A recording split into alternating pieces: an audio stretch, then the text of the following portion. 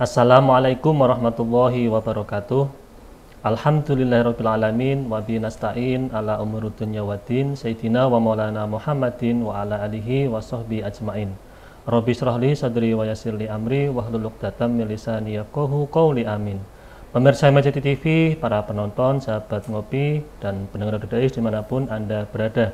Pertama-tama mari kita panjatkan syukur kita ke hadirat Allah Subhanahu wa taala, yang mana pada kesempatan kali ini kita bisa berjumpa kembali di acara ngopi ngaji online perkara Islam. Kedua kalinya salawat dan salam semoga tercurahkan kepada Nabi Agung kita Nabi Muhammad SAW. Semoga mahabbah kita kepada baginda Rasul dapat memberikan kemudahan hidup di dunia dan kelak di yaumil qiyamah kita mendapatkan syafaatnya, amin amin ya rabbal alamin. Pemirsa Majid TV, para penonton, sahabat ngopi dan pendengar Dais dimanapun Anda berada, alhamdulillah kita bisa berjumpa kembali di acara ngopi ngaji online perkara Islam. Dan seperti biasa pada episode kali ini saya ditemani teman ngopi saya, ini ada Mas Aldi. Assalamualaikum Mas Aldi. Waalaikumsalam warahmatullahi wabarakatuh Mas Anis. Kabarnya sehat ya? Alhamdulillah sehat. Mas Anis gimana kabarnya? Alhamdulillah sehat. Mas Aldi, ini kita sudah sampai di episode yang ke 168. Dan pada episode kali ini kita sudah kedatangan tamu. Beliau adalah Gus Vaksin. Assalamualaikum Gus. Waalaikumsalam warahmatullahi wabarakatuh. Kabarnya sehat Gus? Alhamdulillah sehat. Puasa lancar nih? Puasa lancar, alhamdulillah. Meskipun di awal Ramadan kemarin kena banjir, oh iya, alhamdulillah sekarang sudah selesai. Surut ya? Jadi tempat jenengan kena Gus? Alhamdulillah kena, tapi hanya di atas mata kaki. Sama Gus, di tempat saya juga kena, bahkan malah di depan rumah itu sampai.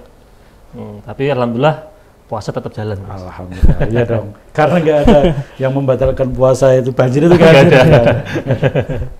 Nah Gus, ini alhamdulillah jenengan bisa kersa untuk rawuh ke sini. Mas Aldi, untuk malam ini apa episode kita? Ya, temanya ini kita akan membahas tentang, ini kan bulan Ramadan ya Mas Anis. Dimana bulan Ramadan itu kan juga bulan Al-Quran. Bulan turunnya Al-Quran. Kan seringnya kita tahunya seperti itu. Nah ini kita akan membahas tentang Al-Quran. Al-Quran. Gitu. Terutama tentang Al-Quran itu sebenarnya fungsinya tuh apa itu loh? Kan ada banyak Mas ya. Ada yang kalau di Al-Quran ada keterangan bahwa Al-Quran itu sebagai petunjuk atau pedoman hidup. Kemudian Al-Quran sebagai obat. Kan juga ada itu. Makanya ada kalau yang apa itu ruqyah itu. Kan makanya bacaan Al-Quran ya Gus. Nah itu seperti apa Gus, mau Gus? Oke, saya mulai dulu. Iya, siap. Menyapa pemirsa. Okay. Bismillahirrahmanirrahim. Assalamualaikum warahmatullahi wabarakatuh. Waalaikumsalam. Alhamdulillah, syukurillah, la haula wa la quwata illa billah. Hasantukum bil hayyil qayyum alladzi la yamutu abada wa tafa'tu ankum su'a bi alfin la haula wa la quwata illa billahil aliyyil azim. Mas Anis, Mas Aldi yang saya hormati, seluruh pemirsa Majid TV dimanapun berada, dan pendengar radio Dais yang budiman. Alhamdulillah pada kesempatan malam hari ini kita bisa bersua kembali untuk mendiskusikan tema yang sangat penting Mas Anis, bahwa kita akan mendiskusikan tentang Al-Quran. Apa fungsi Al-Quran sebagai bagian penting dari kehidupan kita umat Islam. Nah, sebelum memulai ke sana, saya akan mencoba mengantarkan terkait dengan bahwa Al-Quran ini secara sederhana bisa dimaknai sebagai pedoman hidup kita sebagai umat Islam tentunya. Bahwa Al-Quran ini adalah roadmap, peta jalan kita. Peta jalan kemana? Peta jalan kepada Allah Subhanahu wa Ta'ala. Kalau misalnya kita sedang berjalan menuju Jakarta dan belum tahu ke arah mana Jakarta itu, hari ini kita punya alat yang namanya Google Map. Nah, petunjuknya kita ada petunjuknya, ada rambu-rambunya, ada arahnya. Bahkan sedetail itu kita diarahkan belok kanan, belok kiri, 300 meter lagi dan seterusnya. Al-Quran juga begitu. Al-Quran adalah petunjuk peta jalan kita menuju Allah. Nah, dari mana Al-Quran? Al-Quran adalah dari baginda Rasulullah Muhammad SAW yang diwahyukan melalui malaikat Jibril, dan malaikat Jibril adalah mandat dari Allah Subhanahu wa Ta'ala. Jadi pada tahapannya turunnya Al-Quran, yaitu Al-Quran ada dalam bahasa Pak Komarudin Hidayat itu di korpus tertutup. Ada bahasa langit, di mana kemudian Al-Quran itu ada di Lauhul Mahfuz, yang kita sendiri itu tidak tahu bahasanya. Ya. Kemudian dari Lauhul Mahfuz itu kemudian turun ke Baitul Izzah. Baitul Izzah itu ada di langit bumi. Kemudian baru setelah di Baitul Izzah itu kemudian turun kepada baginda Rasulullah melalui malaikat Jibril, dan itu sudah tidak satu gelondong. Kalau tadi dari Lauhul Mahfuz ke Baitul Izzah itu masih utuh satu gelondong. Baru kemudian dari Baitul Izzah ke baginda Rasulullah Muhammad SAW itu sudah berangsur-angsur tematik sesuai dengan problem yang dihadapi umat saat itu, sesuai dengan problem yang dihadapi baginda Rasulullah Muhammad SAW. Artinya memang apa manfaat kenapa kemudian Al-Quran itu diturunkan dengan berangsur-angsur? Ya itu menjadi bagian dari apa skenario kira-kira dalam tanda petik untuk mudah dihafal, untuk menjadi solusi bagi problem umat yang saat itu dihadapi, sehingga kemudian apa Al-Quran itu nyambung dengan kebutuhan manusia, sehingga bukan suatu kitab suci yang kemudian ada di awang-awang, tetapi memang betul-betul bahwa Al-Quran itu membumi sesuai kebutuhan kita. Sesuai kebutuhan kita. Oleh karena itu maka kemudian pertanyaan berikutnya, kenapa kemudian Al-Quran itu berbahasa Arab? Ya karena kemudian bahwa Rasulullah sendiri Muhammad SAW itu ada di Arab sebagai bangsa Arab, tinggal di Arab, maka kemudian Al-Quran itu menjadi bagian menggunakan bahasa Arab. Tetapi karena Al-Quran itu sebagai rahmah untuk seluruh alam, kebermanfaatannya adalah sholih fi kulli makan wal zaman, baik untuk seluruh ruang dan waktu, maka Al-Quran juga perlu dikaji dan diterjemahkan, dimaknai ulang, ditafsiri dalam beragam rumpun bahasa di dunia. Sehingga kemudian yang mendapatkan manfaat keberkahan Al-Quran tidak orang Arab, tidak hanya umat Rasulullah yang saat itu berjumpa langsung dengan Rasulullah, tetapi kebermanfaatan Al-Quran, barokahnya itu bisa dirasakan melintasi zamannya dan melintasi geografisnya. Nah, kemudian saya ingin menyampaikan bahwa Al-Quran ini paling tidak ada 3 hal fungsi nilai yang mau disampaikan sebenarnya. Al-Quran itu untuk apa gitu. Yang pertama adalah Al-Quran sebagai lisensi bahwa Rasulullah itu adalah nabi. Sebagaimana nabi-nabi terdahulu, sebagaimana rasul-rasul sebelum Kanjeng Nabi Muhammad, beliau mendapatkan mushaf, beliau mendapatkan kitab. Misalkan ada siiran dulu ketika kita kecil, Zaburu Dawuda wa Injilu ala Isa wa Furqanun ala khairul mala, bahwa ada kitab Taurat kepada Nabi Musa, Zabur kepada Nabi Dawud, Injil kepada Nabi Isa, begitu, dan Al-Quran kepada Nabi Muhammad. Nah, kitab-kitab itu sebagai legasi ya, sebagai lisensinya. Kalau kita naik mobil ya sebagai pengendala mobil harus punya SIM-nya. Sah bahwa tanda bahwa dia adalah seorang sopir, sah diakui, itu adalah menggunakan SIM. Nah, Rasulullah itu kemudian ketika berhadapan dengan masyarakat jahiliyah saat itu, yang mohon maaf ya, bangsa jahiliyah itu kalau kita mengkaji di sejarah tarikh adab jahili itu, mereka sebenarnya cerdas-cerdas, kritis-kritis. Jadi kalau jahil itu bukan jahil karena bodohnya, bukan, tapi jahil peradabannya, jahil etikanya, jahil moralnya. Nah, mereka pinter-pinter, mereka cerdas. Secara IQ cerdas. Sehingga kemudian menggugat kira-kira dalam tanda petik apa buktinya kalau Muhammad itu adalah Nabi, Muhammad itu Rasul. Maka kemudian ada lisensinya berupa Al-Quran itu. Nah, jadi itu maka kemudian di banyak kisah kita mendapatkan cerita bahwa Rasulullah kemudian mendapatkan wahyu pertama di Gua Hira setelah beliau bertahanus, menyepi, bertapa di Gua Hira selama 40 hari, dan kemudian puncak dari perenungan Rasulullah itu akhirnya mendapatkan mandat kenabiannya sebagai khatamul anbiya wal mursalin. Nah, Al-Quran yang pertama itu menjadi bagian dari lisensi sahnya sebagai seorang nabi. Gitu. Tadi kan ada Gus, terjemah terus tafsir. Nah, itu maksudnya apakah sama atau beda, Gus? Atau ada juga namanya tadabbur itu? Ya. Kira-kira gimana, Gus? Nanti penjelasan tentang itu. Kita garis bawahi dulu Mas Haris, Mas Aldi, tentang terjemahan, tafsir, bagaimana menghidupkan kembali Quran. Nah, itu nanti kita kita jelaskan berikutnya. Saya ingin mau melanjutkan dulu. Nah, yang kedua adalah bahwa Al-Quran itu yang pertama tadi disebut sebagai lisensi kepada Rasulullah sebagai Nabi, sebagai Khatamul Anbiya wal Mursalin. Yang kedua adalah Al-Quran sebagai penyempurna dari kitab-kitab terdahulu. Penyempurna kitab terdahulu seperti Taurat, Injil itu Taurat, Jadi sebelumnya tidak sempurna atau gimana, Gus? Jadi problem kehidupan manusia yang dihadapi pada zaman sebelumnya dengan apa yang dijumpai Rasulullah itu lebih kompleks. Mekah itu sudah sangat kosmopolit. Mekah sebagai sentrum jaringan perdagangan dari Yaman dari Yaman ke utara maupun dari Masyrik ke Maghrib, dari Arab Timur sampai ke Mesir.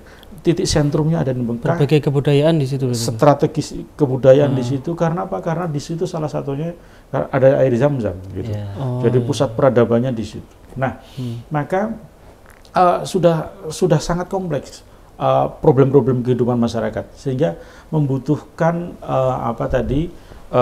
aturan main yang kompleks juga dan Al-Quran itu menjawab problem kehidupan masyarakat saat itu. Itu ada kayak semacam regulasi gitu. Regulasi. Maka kemudian kalau dulu pernah misalkan ada yang menyampaikan sebenarnya ada dalam tradisi adalah dalam penyebutan kitab-kitab umat beragama itu misalnya diibaratkan seperti kelapa, Mas Adis. Kelapa itu dari beluluk, kemudian menjadi cikar, kemudian menjadi degan, kemudian menjadi kelapa utuh. Nah, sebenarnya artinya nilai-nilai yang ada, konten itu tidak jauh berbeda, tetapi kemudian semuanya urusannya adalah tauhid, semuanya adalah bagaimana menyembah kepada Allah. Tetapi kemudian problem yang dijumpainya yang berbeda-beda. Nah, Al-Quran ini yang kemudian menjadi penyempurna dari wujud. Jadi kayak kelapa tadi ya. Jadi mungkin kitab terdahulu itu ada baru beluluk atau degan itu ya. Iya, gitu. Jadi sempurnanya kemudian menjadi Quran. Meskipun kemudian di dalam kajian keislaman akhirnya Al-Quran juga tidak cukup. Nah, nanti menyambung apa yang tadi ditanyakan Mas Aldi. Tafsir tadi ya. Ya, akhirnya kemudian ada penjelasan berupa hadis-hadis Rasulullah. Baik itu ucapan, kemudian tindakan, perbuatan atau ketetapan Rasulullah itu adalah bagian dari sunnah Rasulullah. Kalau kemudian ada problem yang tidak dijumpai jawabannya di Al-Quran maupun di hadis, maka kemudian ulama menjembatani ada namanya ijma' dan qiyas. Nah, itu bagian dari bagaimana Al-Quran sebagai induk sumber hukum kita itu punya kebermanfaatan dan manfaatnya kemudian bisa dirasakan oleh banyak umat di belahan dunia yang lain. Itu yang kedua. Dan yang ketiga, yang terakhir paling tidak, meskipun banyak kalau bisa dirinci lebih detail, yaitu sebagai hudal linnas. Al-Quran berfungsi sebagai petunjuk manusia. Kembali kepada yang pertama tadi, sebagai peta jalan kita, roadmap kita kepada Allah SWT. Maka Al-Quran itu ya banyak, misalkan miniyad dzulumati ilan nur, bahwa kita diantarkan dari kegelapan kepada cahaya terang benderang ini, itu juga Al-Quran. Maka kemudian secara sederhana misalnya kalau misalkan kita punya gadget misalkan yang terbaru misalnya kita itu punya tablet nggak bisa memfungsikan, kebetulan keluaran terbaru dari Eropa berbahasa Jerman, sementara kita nggak terbiasa. Bagaimana cara memfungsikannya? Maka caranya adalah dengan membaca buku panduannya. Buku panduan. Dulu ada buku panduan itu ada istilahnya itu ada, buku panduannya. Tapi sayangnya kan buku panduannya berbahasa Inggris atau bahkan berbahasa Jerman. Kita nggak tahu. Nah, supaya tahu bisa menggunakan buku gadget ini, maka kita harus tanya kepada orang yang sudah pernah menggunakan itu minimal. Nah, beragama juga begitu. Kalau kita mau mengkaji Al-Quran, saya pikir membutuhkan waktu yang sangat panjang. Dan kita tidak cukup mampu menggunakan serangkaian disiplin ilmu untuk mengkaji Al-Quran. Karena Al-Quran itu ada bahasa Arab sendiri, kita harus tahu. Ada nahwu, ada saraf, ada mantek, ada balaghah.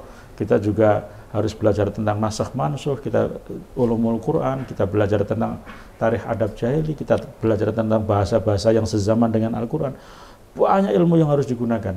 Maka kemudian nggak usah repot-repot, kita sudah ada para kiai, para ulama-ulama mufassir yang menyediakan informasi penting tentang Al-Quran itu, dan kita tinggal menikmati itu. Nah, apalagi orang awam Gus ya, kan bahasa Arab kita nggak paham, nggak ngerti gitu. Kalau kita belajar nih Gus, tapi lewat terjemahan itu gimana Gus? Oke, jadi maka kemudian kita masuk ke pertanyaan Mas Aldi.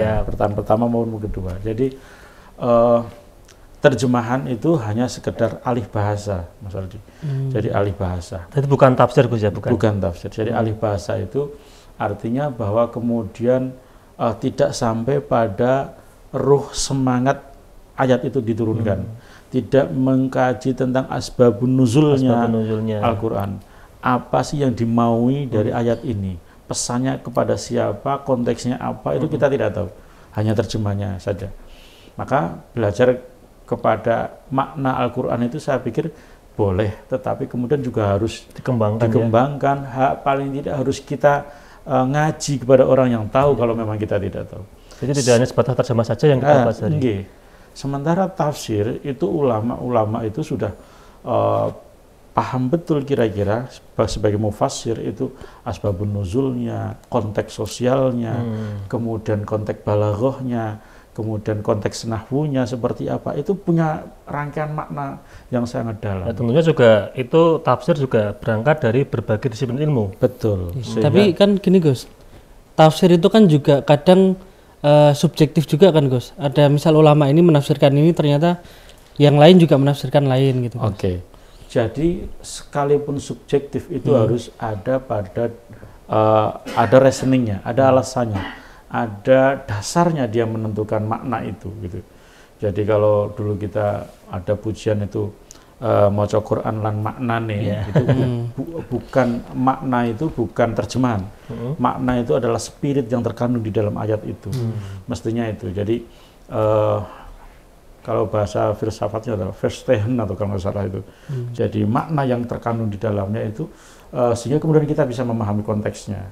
Nah, kalau kemudian kita nggak tahu bagaimana memahami itu, ya baca tafsir-tafsir itu. Berarti ini Gus, bisa jadi antara tadi Mas Adil terjemahan dengan tafsir itu apa ya, redaksinya beda Gus? Ya beda. Ya. Jadi bisa jadi bahwa terjemahan itu pada konteks ayat-ayat yang sudah qat'i gitu ya, sudah pakem, mungkin para mufassir sepakat ayat ini maknanya ini, tidak ada no debat lah kira-kira begitu. Tetapi yang kemudian dhonni, ayat-ayat yang kemudian memang harus ada penjelasan ulang, harus ada pemaknaan ulang, itu yang kemudian bisa melahirkan banyak tafsir gitu. Ada perbedaan itu ya antara para mufassir itu ya. Mufassir konteksnya seperti apa, kira-kira begitu. Berarti ada istilah gini Gus, ada yang mengatakan tekstual, kontekstual itu gimana Gus? Apakah juga sama tadi Gus? Oke. Jadi tekstual itu apa, sesuai dengan teksnya, sesuai dengan teksnya, redaksinya itu tekstual. Dalam tradisi nalar Islam itu disebut dengan bayani, nalar bayani gitu.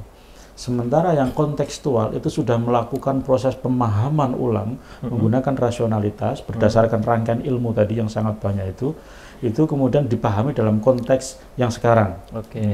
Itu beberapa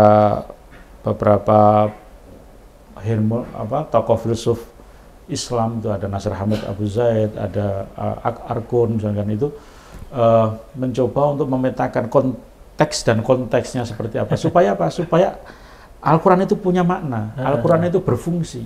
Karena kan ada likuli zaman wal makan tadi ya. Nah, betul. Kalau Al-Quran itu hanya masih dipahami sebagaimana tekstual saja 14 abad yang lalu, maka kemudian dalam tanda petik kira-kira nggak sesuai dengan konteks kita hari ini. Nah, makanya kemudian ada pemaknaan ulang itu. Jadi selain penafsiran itu ada namanya teori penafsiran itu yang disebut dengan hermeneutika tadi.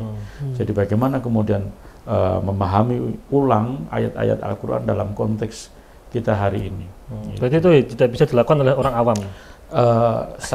Sangat mustahil kira-kira kalau kita tidak punya kemampuan pengetahuan yang memadai, sehingga malah justru salah kaprah, salah pemahaman gitu. Tapi salah konteksnya tadi hudal linnas itu, apakah kemudian kita misal orang awam nih Gus, kita boleh memahami Al-Quran itu sendiri, misal tanpa digurukan itu ya. Ya,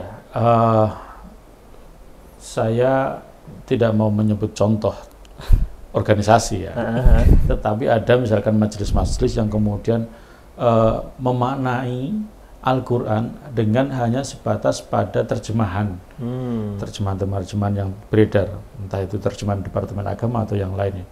Dia memahami ayat saklek apa adanya, tekstualis gitu. Sementara tidak mau dikaji atau dipahami, ditafsiri, dimengerti di dalam pemahaman yang lebih luas. Ini akhirnya beda. Akhirnya kemudian melahirkan hukum-hukum yang berbeda, yang hanya sependek pengetahuannya saja, gitu. Ya nyuwun sewu ya, saya harus menyebutkan misalnya di kota Solo itu ada banyak orang jual sate dog gitu ya, sate Scooby-Doo. Saya pernah di Solo itu keluar jalan-jalan, ada sate Scooby-Doo itu berangkat dari apa? Dari pemahaman Al-Quran yang hanya sebatas pada tekstualis tadi.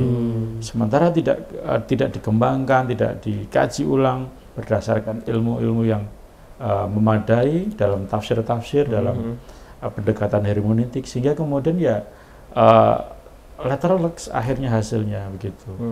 Berarti tadi ada fungsi tentang bagaimana itu Al-Quran, kalau memang Al-Quran kok tidak ada hadis tadi Gus ya? Ada hadis. Itu apa namanya, fungsinya hadis itu untuk menjelaskan Al-Quran atau memang ada konteks lain Gus tentang hadis itu? Ya, jadi sebagai penjelas ya, sebagai fungsinya untuk memahamkan orang pada satu problem tertentu. Itu biasanya ketika Al-Quran itu tidak memberikan jawaban yang secara tegas, Rasulullah akan memberikan pengertian-pengertian kepada sahabat. Jadi Rasulullah biasanya ketika mendapatkan pertanyaan, bagaimana ya Rasulullah itu, bahkan Rasulullah itu satu pertanyaan yang sama ketika disampaikan oleh orang-orang yang berbeda, jawabannya agak berbeda-beda. Yang baik itu bagaimana kalau dia posisinya sebagai anak, berbakti kepada orang tua. Yang baik itu bagaimana kalau dia seorang prajurit perang, maka jihad fisabilillah.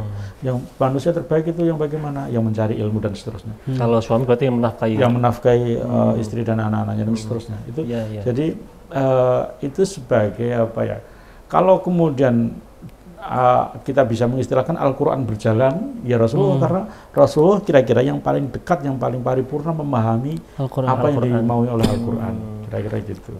Bisa dikatakan hadis itu turunan dari Al-Quran?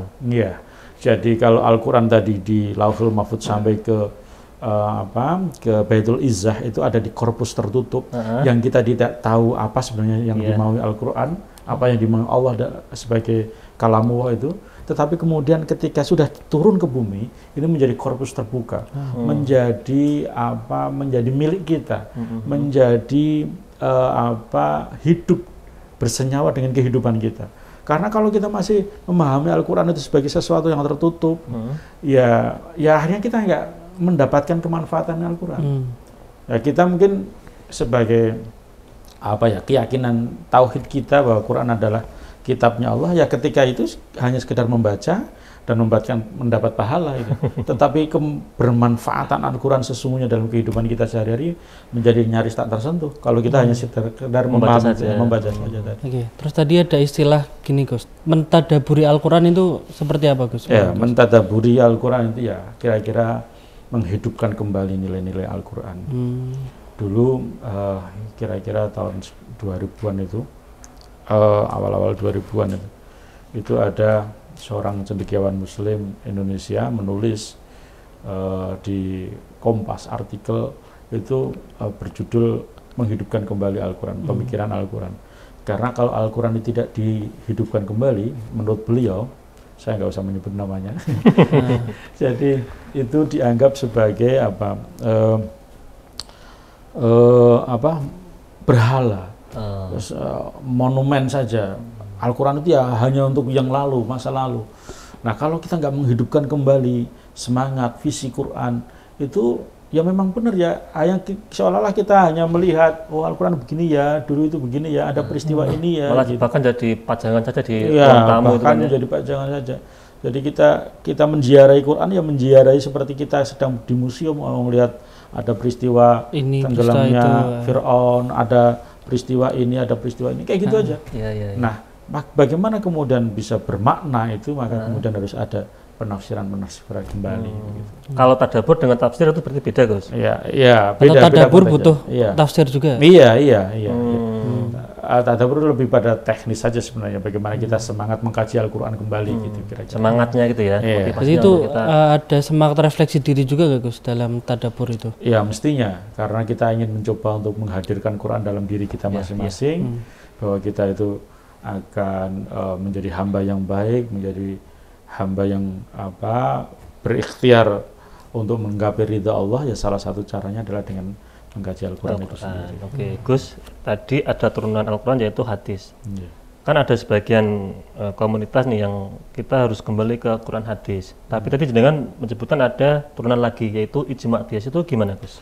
Oke, sebelum saya jawab kita ngopi dulu. Oke, monggo Gus, Tapi Mas Aldi, ini mungkin pertanyaan agak berat nih, kita harus ngopi dulu.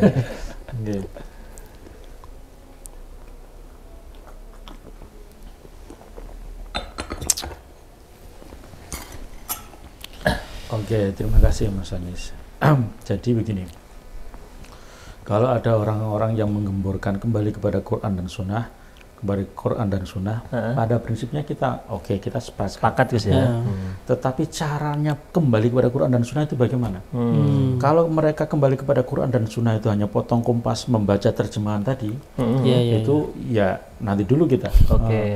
Karena Al-Quran itu bisa sampai kepada kita itu melalui banyak tahapan. Kita nggak mungkin potong kompas dari sanad mata rantai Quran yang sampai kepada kita, itu kemudian tiba-tiba langsung potong kepada Al-Qurannya, kepada sumber Al-Quran terjemahannya saja. Jadi mohon maaf ya Mas, kalau misal Al-Quran itu begini, ini kembali kepada masa Islam klasik ya. Jadi ketika Rasulullah sudah meninggal dunia, sudah mulai ada kegelisahan tentang kepentingan untuk menuliskan Al-Quran. Zaman Rasulullah itu nggak ada, deres Quran itu nggak ada ya, seperti kita deres, karena sahabat langsung hafal dalam dirinya itu ya. Iya, ada masalah tertentu, ada problem tertentu, ayatnya ini turun, disampaikan kepada sahabat akhirnya ngerti, akhirnya sahabat paham gitu kan. Jadi kalaupun kemudian ada tulisan itu hanya terdiri di pelepah kurma, ada di lempengan batu, ada di kulit-kulit onta, ada di tulang-tulang onta dan seterusnya. Sehingga kemudian tidak seperti kita hari ini deres Quran.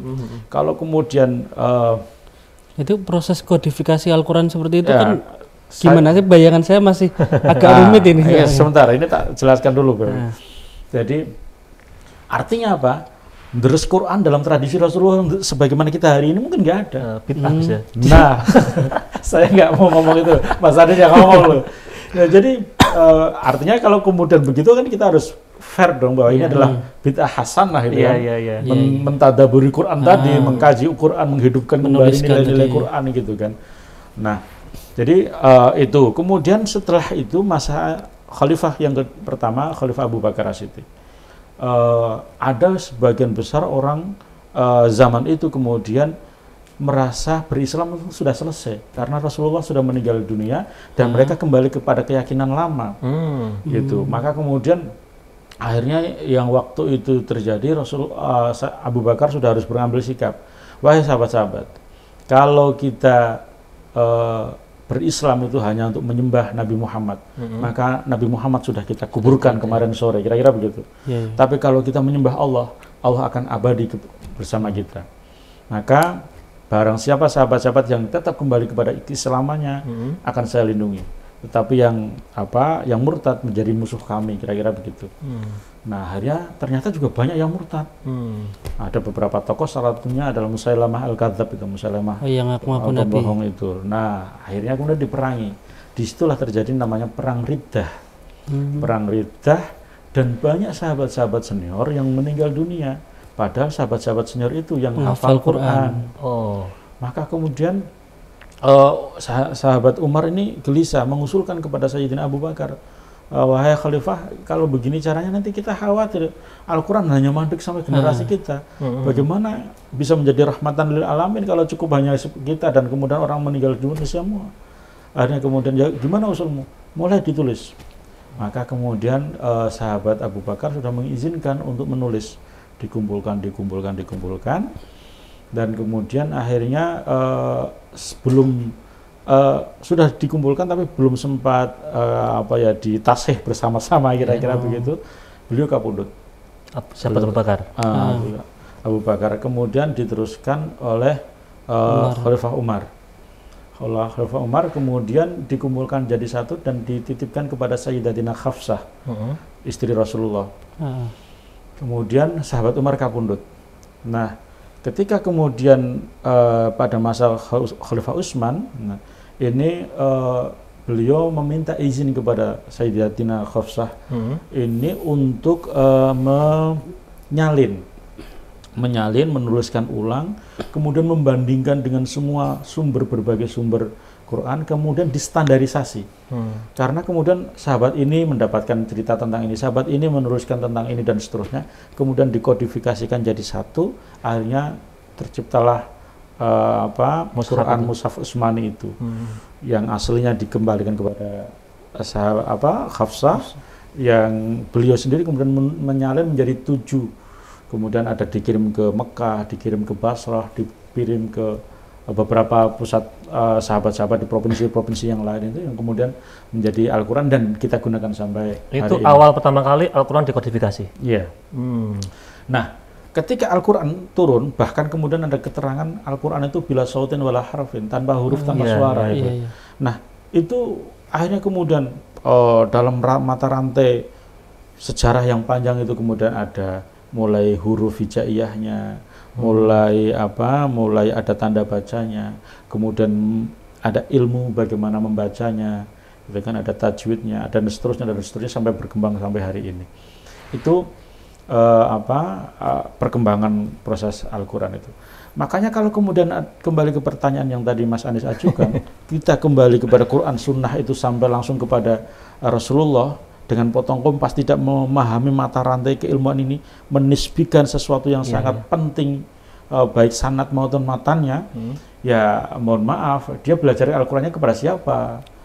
Dia dapat ilmunya dari mana? Dia ngerti Quran itu dari mana sumbernya itu? Jadi nggak fair dong menghilangkan sekian banyak tokoh, para ulama, para mufasir, para pengkaji Al-Quran, menisbikan ini semua, menghilangkan ini semua, tiba-tiba dia potong kompas, ya nggak fair dong gitu. Jadi kita tahu sesuatu itu ya karena ada gurunya.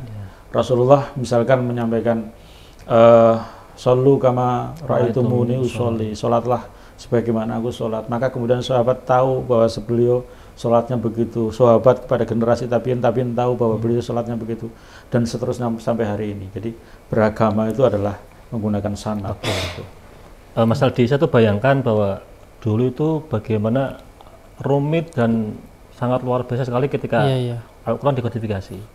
Nah sekarang itu Al-Quran sudah bagus, sudah tinggal baca, tapi juga kita malas membacanya, apalagi tadi ngerteni maknanya kan gitu. Nah mungkin nanti kita akan bahas tentang bagaimana itu kita benar-benar bisa, tadi tidak hanya kembali ke Quran dan hadis saja, tapi juga harus tahu tentang bagaimana kita harus belajar Al-Quran dengan baik. Tapi sebelum lanjut, terus kita akan jeda iklan yang mau lewat dulu.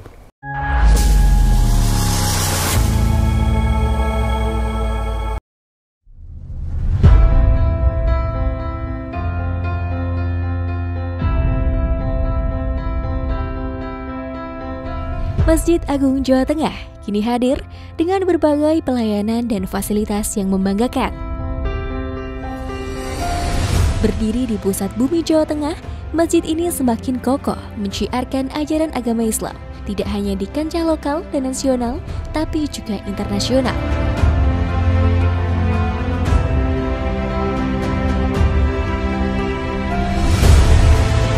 Mengikuti perkembangan dan kebutuhan masyarakat, Masjid Agung Jawa Tengah mempersembahkan sebuah lokasi yang mengantarkan, lokasi yang membekali untuk ibadah yang suci, manasik haji dan umroh Masjid Agung Jawa Tengah.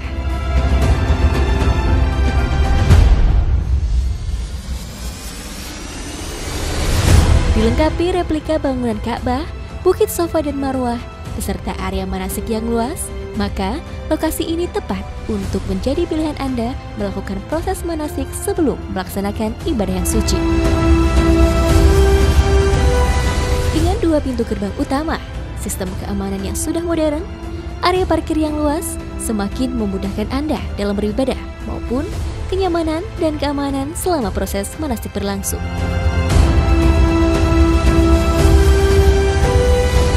Hal penting lainnya adalah kemudahan akses untuk penginapan Hotel Geraha Agung, akses oleh-oleh Semarangan dan Jawa Tengah, tempat beribadah yang nyaman, juga akses wisata kota Semarang untuk sekedar memanjakan mata, menikmati hamparan kota dari atas menara. Tentunya, ini semua demi pelayanan yang mengedepankan kepuasan Anda sebagai pelanggan. Dengan berbagai macam kelebihan tersebut, maka lokasi manasik di Masjid Agung Jawa Tengah layak menjadi pilihan Anda sebelum melaksanakan ibadah yang suci ataupun untuk proses pendidikan putra-putri kesayangan.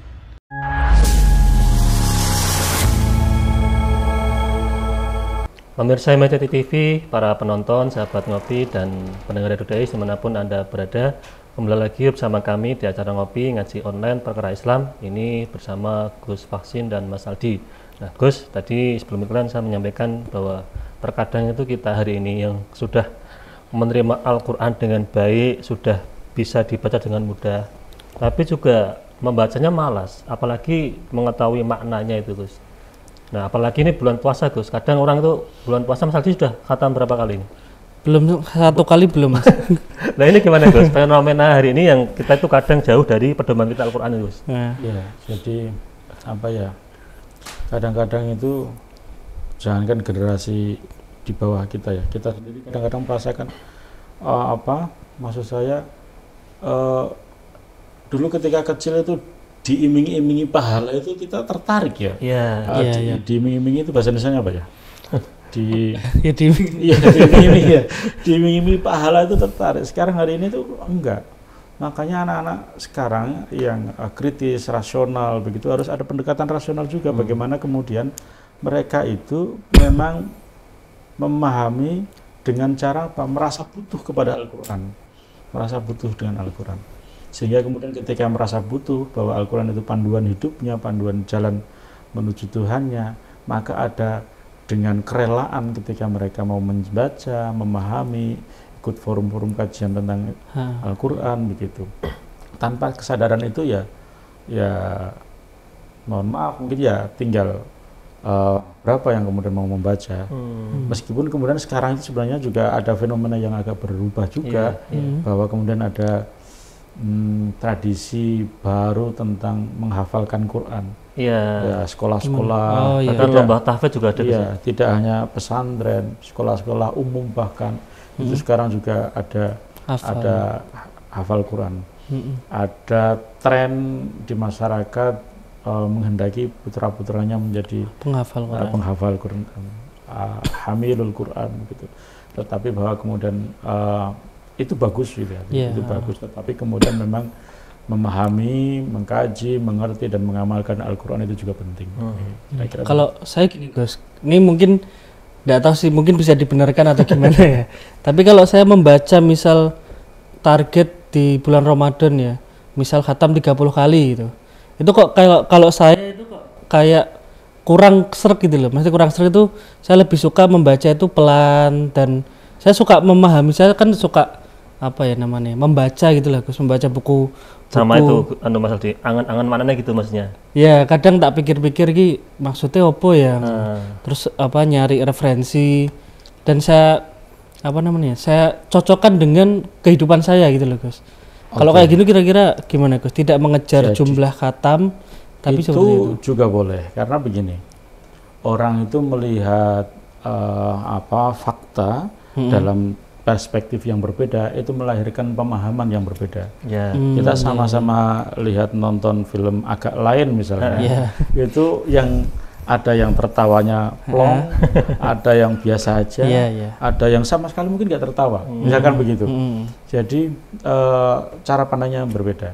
Maka pengalamannya Mas Aldi tadi membaca sambil direnungkan itu juga bagus. Tetapi kemudian ada sebagian sahabat-sahabat yang lain dalam rangka menjaring pahala, kemudian menghatamkan 30 hari, itu bahkan ada yang 3 kali, 5 kali. Kalau tadi Mas Aldi 30 khatam kan repot itu. Repot. Kecuali ya itu orang alim ya. Jadi, kalau tarawih itu langsung baca mulai dari Al-Fatihah, Al-Baqarah sampai An-Nas. Wah, itu keren itu. Kalau dulu kan ada tren one day one juice nih guys. Misalkan one day one juice ya. Itu berarti untuk mengajar pahala oke lah, tapi harus disempurnakan dengan kita tahu tentang. Tapi memahami apa juga enggak berpahala, Gus? Kayak tadi. Ya berpahala. Mau belajar itu menuntut ilmu itu kewajiban gitu. Jadi berpahala juga gitu. Ya, oke, Gus. Sekarang gini, Gus. Sebenarnya saya juga sepakat tentang kampanye kita harus kembali ke Al-Quran hadis. Biar tadi semangat kita kepada Al-Quran itu tinggi kan gitu, Gus. Nah, mungkin ada mungkin mukjizat Al-Quran itu seperti apa, Gus? Biar ini para kaula muda, anak-anak yang ini generasi Z atau milenial itu bisa benar-benar kembali lagi ke Al-Quran dan hadis, Gus. Gimana Gus yang sesuai, Gus? Jadi ya, tadi motivasinya kan berbeda-beda ya. Melanjutkan pertanyaannya Mas Andi, saya sambungkan dengan pernyataannya Mas Aldi tadi. Jadi bagaimana kemudian memahami Al-Quran, mengkaji Al-Quran itu karena spiritnya beda-beda, niatnya beda-beda. Ada yang niat kepingin memahami isinya, kontennya, ada yang hanya kepingin mendapat pahalanya, semacam. Tetapi bahwa kemudian Al-Quran itu memang teruji. Al-Quran sudah teruji sepanjang zaman bahwa Al-Quran itu terjaga gitu. Ada kajian ilmu Jazul Quran, kemujizatannya Al-Quran gitu. Al-Quran melakukan perlawanan terhadap orang-orang yang melawannya waktu itu. Jadi di kisah kembali kepada Islam klasik saat itu, misalnya kita melihat tokoh misalnya Musailamah Al-Kadzab, betapa kemudian dia mengklaim dirinya sebagai nabi, dia mengklaim dirinya sebagai rasul, sampai kemudian dia mendeklar bisa membuat ayat-ayat Al-Quran. Gitu karena tadi dia dapat sertifikat. Iya betul, karena ingin mendapatkan lisensi bahwa dia itu nabi. Maka ada beberapa surat pendek yang dia buat. Salah satu yang paling fenomenal misalnya dia membuat surat Al-Fil sebagai padanan dari surat Al-Qari'ah. Kalau di dalam Al-Quran kan Al-Qari'ah, Mal-Qari'ah wa ma adraka mal-Qari'ah gitu. Al-Fil, Mal-Fil wa ma adraka mal-Fil. Apa itu gajah gitu kan. Gajah, apakah kamu tahu tentang gajah? Gajah itu adalah hewan yang telinganya panjang, hidungnya lebar gitu kan. Jadi ketika diuji oleh para sahabat senior saat itu, bahkan oleh orang-orang kalangan kafir Quraisy saat itu, ternyata nggak ada apa-apanya dengan Al-Qari'ah itu, versi Quran. Iya. Karena Al-Qari'ah, Mal-Qari'ah, wa ma adraka mal-Qari'ah itu menjelaskan sesuatu yang sangat futuristik, menggambarkan tentang hari kiamat, yang mungkin tidak ada dalam benak bayangan orang. Maka kemudian sangat nggak masuk akal kira-kira ketika kemudian Kanjeng Nabi kok misalkan menyusun ayat-ayat itu. Jadi itu ayatnya Allah, itu kalamullah, sehingga kemudian bisa jadi memang sangat visioner, sangat futuristik, menjelaskan sesuatu yang belum terjadi. Sementara kalau Musailamah Al-Kadzab ngomongin tentang gajah, ya orang sudah tahu lah gajah itu seperti apa, sudah tahu apa pentingnya kemudian dibuat ayat Al-Quran. Nah, ini salah satu bukti bahwa kemudian memang Al-Quran itu adalah mukjizat yang paling agung dari Rasulullah Muhammad SAW. Maka mau digali, mau dipahami, mau dipengerti dalam berbagai sudut aspeknya, insya Allah keberkahan itu ada. Maka kalau tadi di awal sempat muncul bahwa Al-Quran itu as-sifa, ya bahwa kemudian kita bisa membacakan ayat-ayat tertentu, kemudian memberikan air yang kita bacakan ayat-ayat tersebut, keberkahannya untuk kesehatan kita itu bisa terjadi, dan memang banyak fakta menunjukkan itu. Gitu. Berarti Al-Quran itu bisa dipandang dari berbagai sisi, Gus. Misal kayak kita kan kadang ada sains yang juga mengkaji Al-Quran untuk rujukannya gitu, Gus. Oke, jadi iya, bagi seorang ahli telekomunikasi bisa mengkaji tentang Al-Quran dalam perspektif keilmuannya, bidang keilmuan. Bagi seorang biologi, ilmuwan, bisa jadi dia pendekatannya itu. Jadi kan nggak harus ulama ya, maka itu. Sebagai sosiolog, tetapi memang basis keilmuan dasarnya harus punya. Kemudian tidak lepas. Misalkan ada orang Pakistan namanya Ali Asghar Engineer misalnya, itu dia basic keilmuannya memang tidak bidang tafsir, tetapi dia kemudian mau belajar, mengkaji dan mengerti tentang Islam, tentang Quran, sehingga kemudian bisa memberikan pencerahan kepada pembaca buku-bukunya, karya-karyanya gitu. banyak ada para filsuf-filsuf itu yang mungkin basis awalnya tidak kajian Al-Quran, tidak kajian tafsir ya. Tetapi kemudian mereka memahami Al-Quran dalam berbagai perspektif dan bidang keilmuannya itu, maka kemudian mengkayakan Al-Quran itu. Gitu. Al-Quran ini kan berarti kan wahyu Allah gitu, Gus. Firman Allah lah. Ini kalau kita apakah ayat-ayat Allah itu hanya ada di Al-Quran atau ada di yang lain, kayak kan ada istilah ayat kauniyah dan ayat kauliyah gitu. Ada juga posisinya tuh gimana? Itu kan Gus ya. Nah, posisinya di situ Al-Quran bagaimana? Jadi yang hadis qudsi dulu ya. Jadi kalau hadis qudsi itu secara konten matannya itu berasal dari Allah Subhanahu wa taala, tetapi peredaksiannya adalah dari baginda Rasulullah Muhammad SAW. Bahasanya ya. Gitu. Jadi meskipun itu dari Nabi, itu mesti qala Allah taala. Tetapi itu bukan Quran, tapi karena redaksinya dibuat oleh Rasulullah. Rasulullah hanya mendapatkan spiritnya saja. Termasuk wahyu juga enggak kalau itu? Bukan, ya, bukan itu hadis ya, hadis qudsi, makanya kemudian disebut sebagai hadis. Sementara kalau ayat-ayat Allah itu yang Al-Quran ya jelas ayat yang berupa kalamullah itu. Sementara kalau yang tadi disebut Mas Aldi sebagai ayat-ayat kauniyah dan kauliyah, itu adalah ya, berupa alam raya ini. Nah, berupa ciptaan Allah ini yang kita bisa kaji, yang kita bisa belajar. Jadi kalau Al-Quran itu bagaimana memahami teks, akhirnya kita bisa mendekatkan diri kepada Allah. Yang kita belajar membaca alam ini juga dalam rangka apa? Memahami untuk mendekatkan diri kepada Allah. Makanya misalkan dulu Bang Haji Roma Irama itu kan menyanyikan lagu adanya gunung ini bukti adanya Tuhan itu kan. Itu kan bagaimana dia melihat alam raya ini sebagai bagian dari cara mendekatkan takarrub kepada Allah Subhanahu wa taala. Berarti kalau kayak orang-orang yang filsuf itu Gus, itu kan kadang juga ada yang memperhatikan alam semesta terus memperhatikan sekitarnya, itu apakah juga kan kata arahnya kan juga ke Tuhan juga kan itu Gus? Ya, banyak nasihat atau quote-quote dari para filosof itu kan Gus.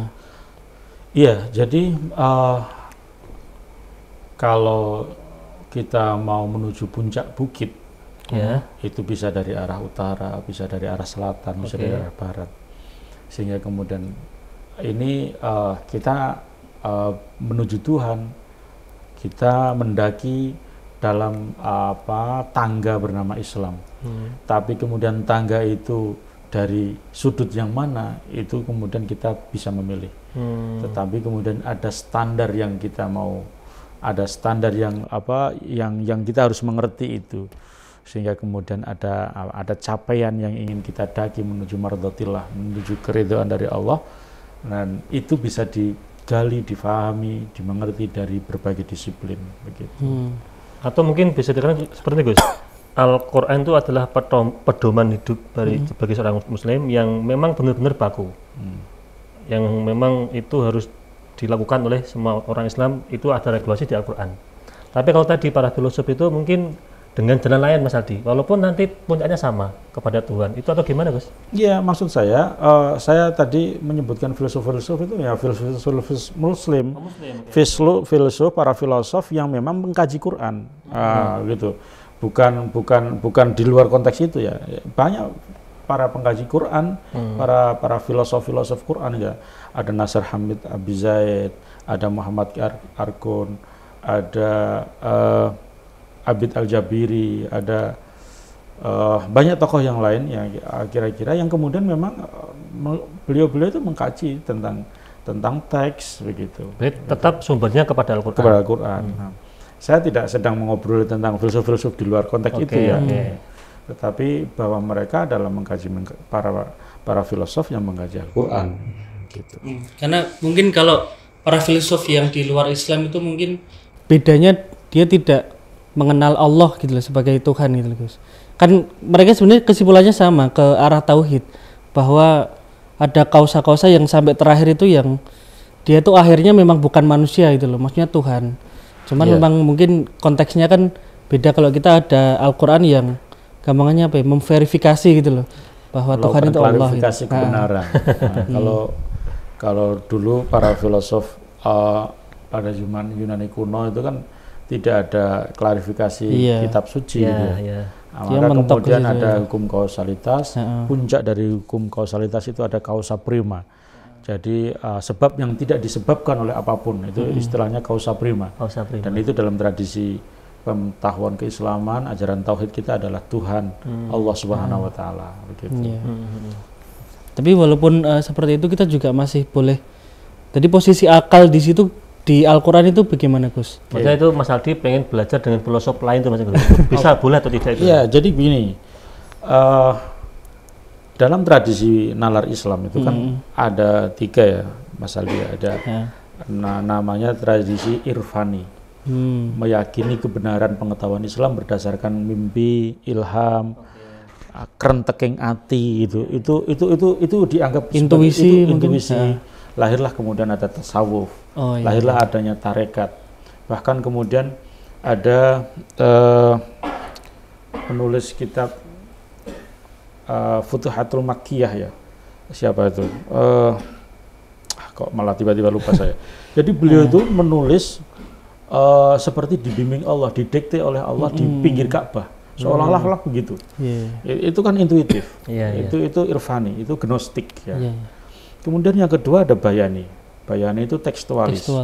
Berdasarkan ayat Al-Qur'an, teks-teks Al-Qur'an, sehingga kemudian rumpun ilmu kajian yang disiplin ilmunya yang dibutuhkan adalah seperangkat ilmu terkait dengan teks.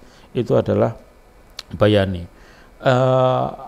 Yang ketiga adalah kebenaran nalar Islam berdasarkan pada burhani, pada rasionalitas. Ini yang tadi saya sebut banyak filsuf-filsuf pada memilih ini, pada jalur ini. Apakah kemudian yang kedua itu tidak menggunakan akalnya? Ya menggunakan, beliau belajar, tetapi sumber utamanya adalah pada teks. Basis utamanya pada teks. Sementara yang pertama tadi basis utamanya adalah pada intuitif gitu. Nah, yang ketiga ini basis utamanya pada rasionalitas. Meskipun yang dikaji teks, yang dikaji adalah sumber-sumber keislaman, tetapi pendekatannya lebih pada rasionalitas pemikiran, akalnya. Ini yang kemudian burhani.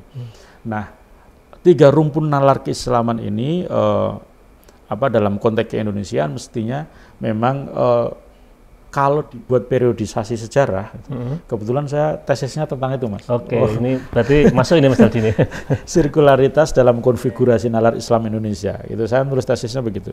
Kalau dibuat periodisasi itu periode irfani itu di awal-awal, zaman Wali Songo, orang itu senang dengan kesaktian, kayak gitu-gitu kira-kira begitu yang kan. Mistis-mistis itu ya. Mistis itu.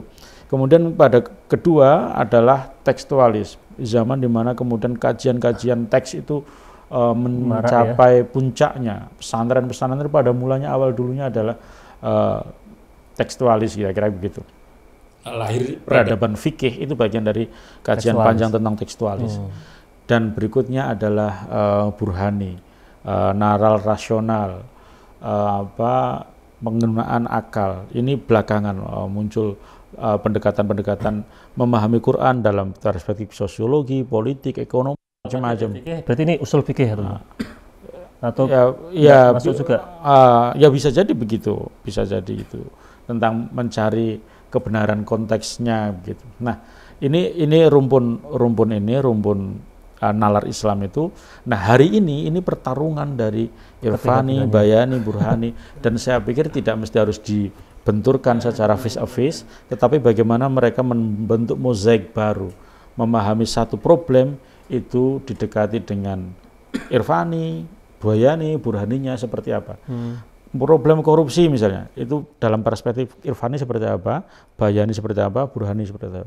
Ada kejahatan hak asasi manusia, itu juga bisa didekati itu. Sehingga kemudian kita akan memahami, mendapatkan pencerahan Islam itu secara komprehensif dalam satu topik tertentu. Kira-kira begitu. Jadi kalau hari ini kan kadang begini Gus, tadi kan banyak ada yang tekstual, ada yang lewat logika atau akal kan, itu dibentur-benturkan kan. Nah, sehingga kita tuh memilih yang mana kan jadi bingung. Betul. Karena mungkin kan memang paradigma yang dipakai kan berbeda juga kan Gus. Yang satu pakai akal, terus tadi intuitif kan memang beda gitu. Beda. Makanya kan kita pasti dibentur-benturkan. Nah, ini misal ini mungkin nyambung ke tadi tentang kan Al-Qur'an, hadis, ada lagi ijma qiyas. Nah, ini tolong jelaskan tentang bagaimana itu proses ijma dan qiyas itu, Gus. Kan juga sama tadi ada intuitif, ada macam-macam. Jadi kita mungkin agak di penghujung acara tetapi nggak apa-apa saya singgung sedikit terkait dengan ijma dan qiyas. Jadi ijma itu kan kesepakatan para ulama gitu kan. Jadi apa yang beliau sepakati, sesuatu masalah problem yang dijumpai umat Islam yang tidak dijumpai oleh Rasulullah, yang tidak dijumpai di zaman Kanjeng Nabi, yang tidak ada referensinya secara langsung di dalam Quran dan Sunnah Rasulullah. Maka kemudian ada kesepakatan ulama untuk merumuskan produk hukum. Nah, kemudian qiyas itu apa sih? Memberikan ilat ya, sandaran kepada zamannya Nabi sudah ada, agak mirip-mirip problemnya kira-kira begitu. Itu akhirnya kemudian dijadikan qiyas dan dijadikan sebagai dasar hukum. Nah, dalam tradisi umat Islam di Indonesia mayoritas itu memakai kaidah ini sebagai rujukan sumber hukum yang dimana ketika waktu itu belum ada zaman Kanjeng Nabi, itu kemudian dicarikan solusinya melalui produk ini. Nah, artinya memang kebutuhan ini membutuhkan 3 perangkat tadi sebenarnya, ya irfaninya masuk, bayaninya masuk, buraninya masuk, sehingga kemudian ini yang tadi saya sampaikan ya, kalau dalam bahasa filsafatnya itu Gadamer, beliau menyatakan fusion horizon, ada horizon baru untuk menjawab problem-problem masyarakat hari ini. Tapi juga tidak meninggalkan Al-Quran, hadis, Gus? Tidak ada, tidak meninggalkan sama sekali. Jadi sumber utamanya tetap ada. Kalau misalkan saya bentuk 3 lingkaran ini, yang identitas awalnya ini masing-masing ada. Tetapi ada titik temu yang kemudian akan menjadi ada potongan irisan yang saling sentuhan itu, yang kemudian menjadi jawaban bagi problem kita hari ini. Nah ini juga artinya sebetulnya sudah masuk jelas, tapi kan karena berhubung ini waktu, mungkin ada closing statement buat para pemirsa tentang tema kita Al-Quran, Gus. Sahabat-sahabat, Bapak Ibu, para pemirsa MAJT TV dimanapun Anda berada, para pendengar Radio Dais yang budiman, alhamdulillah bahwa kita sebagai umat Islam mendapatkan warisan yang berharga dari Rasulullah Muhammad SAW, yaitu Al-Quran salah satunya. Maka bagaimana kita menjadi hamba, menghambakan diri kepada Allah, kita merujuk bersumber kepada Al-Quran. Dan mari kita kaji Al-Quran, kita baca untuk mendapatkan pahalanya, kita kaji untuk mencari substansi penting di dalam Al-Quran, supaya apa? Supaya mengantarkan kita lebih dekat kepada Allah SWT. Dengan mengkaji Al-Quran, memahami, membaca Al-Quran, insya Allah menjadikan kita semakin paripurna di hadapan Allah SWT. Demikian, terima kasih. Kurang lebihnya mohon maaf. Sampai ketemu di lain kesempatan. Assalamualaikum warahmatullahi wabarakatuh. Waalaikumsalam warahmatullahi wabarakatuh. Matur suwun Gus sudah rawuh dan memberikan banyak ilmu kepada kita. Mas Aldi ada pesan buat para pemirsa? Cukup ya? Oke. Oke, pemirsa MAJT TV, para penonton, sahabat ngopi dan pendengar dari dimanapun Anda berada. Demikian ngopi pada episode kali ini. Saya selaku host, apabila banyak salah, banyak khilaf, mohon maaf yang sebesar-besarnya. Akhirul kalam, assalamualaikum warahmatullahi wabarakatuh.